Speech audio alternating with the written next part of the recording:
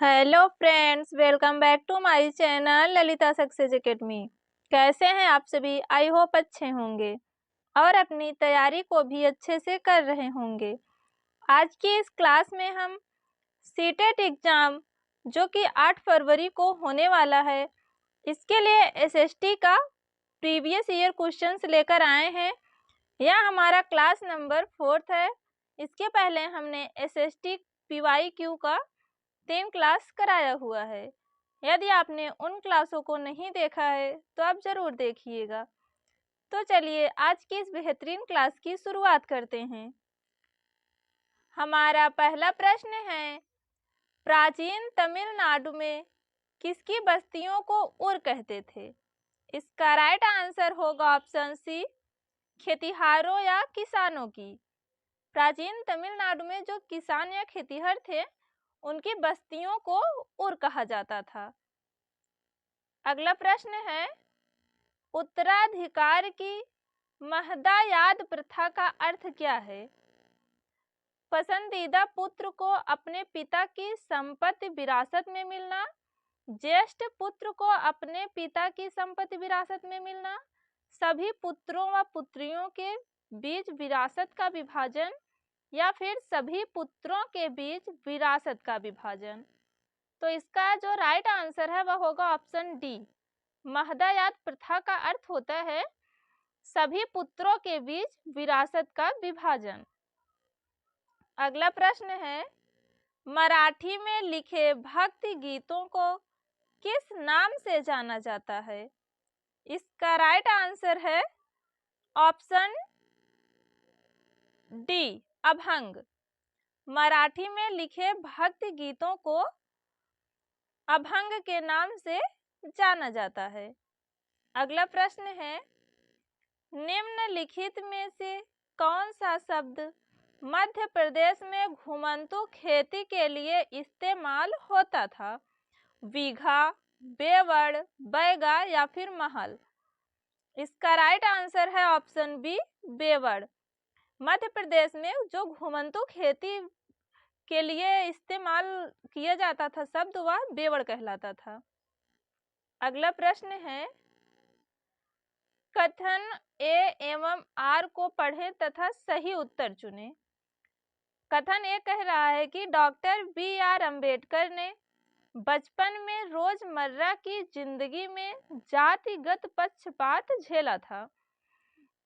कथन आर है, doctor B R. Ambedkar के पिता एक सैनिक स्कूल में पढ़ाते थे।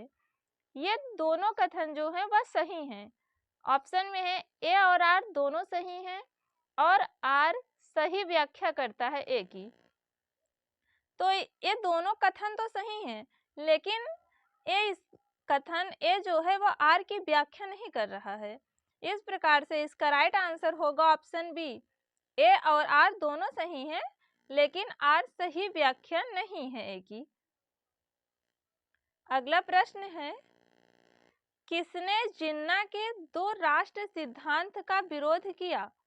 सरदार वल्लभ भाई पटेल, खान अब्दुल गफ्फार खान, वीर सावरकर या फिर मौलाना आजाद?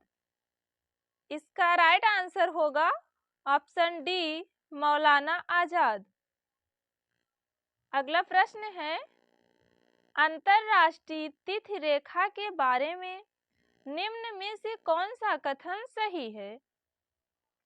अंतरराष्ट्रीय तिथि रेखा एक सीधी रेखा है जो उत्तरी ध्रुव को दक्षिणी ध्रुव से जोड़ती है। यह गलत है। अंतरराष्ट्रीय तिथि रेखा केवल जलीय भाग से होकर गुजरती है। यह बिल्कुल सही कथन है। इसका राइट आंसर है ऑप्शन बी। ऑप्शन सी में कह रहा है अंतरराष्ट्रीय तिथि रेखा जलीय व स्थलीय दोनों भाग से गुजरती है। यह भी गलत है। अंतरराष्ट्रीय तिथि रेखा लगभग देशांतर का अनुसरण करती है। यह भी गलत है। इसका राइट आंसर होगा अंतरराष्ट्रीय तिथि रेखा केवल जलीय भाग से होकर गुजरती है। अगला प्रश्न है, एक व्यक्ति ने किसी क्षेत्र का दौरा किया और वहां उसे बाज, ऐस, बीज के पेड़ तथा फीडेज, मोनाल पक्षी मिले। उसने निम्न में से किस वनस्पति क्षेत्र का दौरा किया होगा? क्वेश्चन में पूछ रहा है कि बाज, ऐस, बीच के पेड़, फीडेज, मोनाल पक्षी, ये सब किस वन में मिलते हैं? तो इसका राइट आंसर होगा ऑप्शन बी, शीतोष्ण पर्णपाती वन।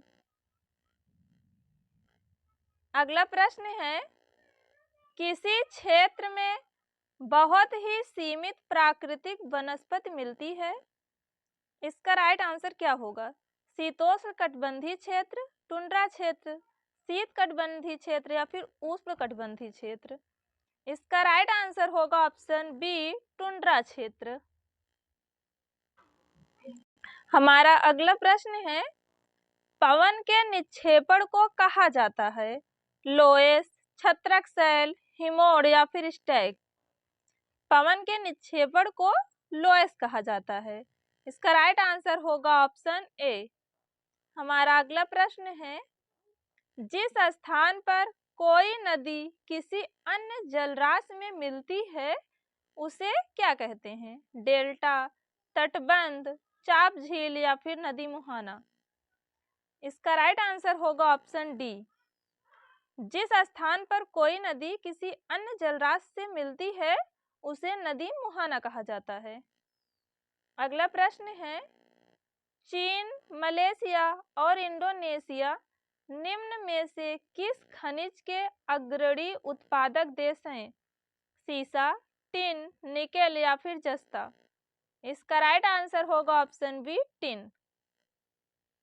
अगला प्रश्न है, सीढ़ी नुमा खेती में जमीन के छोटे टुकड़ों के किनारों को ऊपर उठा दिया जाता है ताकि फसल को कीटों से बचाया जा सके, पानी टुकड़ों के भीतर रुका रहे, खाद बह न जाए, फसलों के बीच अंतर रखा जा सके। सीढ़ी नुमा खेती जो होती है उसमें जमीन के छोटे टुकड़ों के किनारे को ऊपर उठा दिया जाता है ताकि पानी टुकड़ों के भीतर रुका रहे।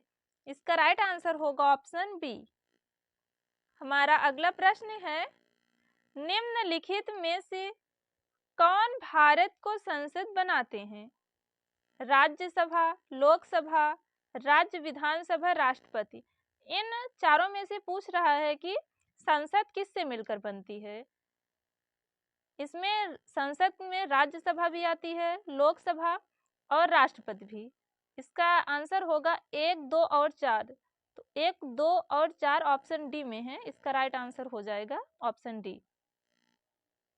अगला प्रश्न है, भारतीय संविधान के अनुसार एक धर्मनिरपेक्ष राज्य को चाहिए प्रभुत्वशाली धर्म को अन्य धर्मों को अपने तहत लाने के लिए प्रोत्साहित करना, या ये कथन जो है वह गलत है। राष्ट्र निर्माण के लिए धार्मिक गतिविधियों में शामिल होना, यह भी गलत है। किसी एक धर्म को समर्थन नहीं देना, यह बिल्कुल सही है। धर्मनिरपेक्ष राज्य का मतलब होता है वह किसी एक धर्म को समर्थन नहीं दे सकता। इस प्रकार इसका राइट आंसर होगा ऑप्शन डी। चौथा दिया था, देश में धार्मिक संघर्ष विवाद में हस्तक्षेप नहीं करना। हस्तक्षेप जो है करना चाहिए। इस प्रकार इसका राइट आंसर होगा ऑप्शन सी। अगला प्रश्न है, विद्यार्थियों को मुगल प्रशासन के कर्मियों की विविध भूमिकाओं एवं उत्तरदायित्वों को समझाने के लिए निम्नलिखित में से सर्वाधिक उपयुक्त कौन सा है? सर्वेक्षण, भूमिका निभाना, समय सीमा या फिर खुले अंत वाले प्रश्न? क्वेश्चन में पूछ रहा है कि विद्यार्थियों को यदि मुगल प्रशासन के कर्मियों की विविध भूमिकाओं एवं उत्तरदायित्वों को समझाना है तो इन चारों में से सबसे उपयुक्त क्या होगा? तो अगर हम मुगल प्रशासन पढ़ा रहे हैं तो उसमें हम बच्चों को रोल प्ले करने के लिए कहेंगे तो यह सर्वाधिक उपयुक्त होगा। ये पेडागोजी का क्वेश्चन है। इसमें हमेशा सोशल साइंस में हम रोल प्ले को ही वरीयता देंगे। इस प्रकार इसका राइट आंसर होगा ऑप्शन बी। अगला प्रश्न है, एक शिक्षिका अपनी कक्षा का आरंभ मवेशी चरागाह के लिए भूमि से संबंधित मामले पर चर्चा के लिए एकत्रित हो रहे लोगों को घटना पर चर्चा द्वारा करती है। वह निम्नलिखित में से किस पर संभावित रूप से चर्चा कर रही है? तो इसका राइट आंसर होगा ऑप्शन बी, पंचायती राज। वह पंचायती राज के ऊपर चर्चा कर रही है। अगला प्रश्न है, संगम कविताओं में एक तमिल शब्द मूवेंदार की चर्चा मिलती है जिसका अर्थ तीन मुखिया है। निम्नलिखित में से कौन सा समुच्चय तीनों मुखियाओं का सही प्रतिनिधित्व करता है? इसमें क्वेश्चन में पूछ रहा है कि तमिल में एक शब्द मूवेंदार मिलता है जिसका अर्थ तीन मुखिया होता है। तो जो मूवेंदार शब्द है इसमें कौन कौन से वंश शामिल किए गए हैं? इसका राइट आंसर हो जाएगा चोल, चेर और पांड्य। इसका राइट आंसर होगा ऑप्शन डी। अगला प्रश्न है, किसने स्त्री पुरुष तुलना किताब लिखी? पंडिता रमाबाई, ताराबाई शिंदे, राज सुंदरी देवी, बेगम रुकैया सखावत हुसैन। स्त्री पुरुष तुलना जो है यह ताराबाई शिंदे की किताब है। इसका राइट आंसर होगा ऑप्शन बी। अगला प्रश्न है, विषुवत निम्नलिखित में से किस देश से होकर गुजरती है? बोलीविया, बोत्सवाना, ब्राजील या फिर बांग्लादेश। इसका राइट आंसर होगा ऑप्शन सी, ब्राजील। विषुवत जो है वह ब्राजील से होकर गुजरती है। तो दोस्तों, आज की वीडियो में हमने सीटेट एग्जाम के लिए एसएसटी के 20 प्रीवियस ईयर क्वेश्चन कराए हैं। उम्मीद करते हैं कि आपको यह वीडियो पसंद आया होगा। यदि वीडियो पसंद आया हो तो वीडियो को लाइक करें, कमेंट करें एंड चैनल को सब्सक्राइब करना ना भूलें। मिलते हैं नेक्स्ट वीडियो में, तब तक आप अपना ख्याल रखिए। धन्यवाद।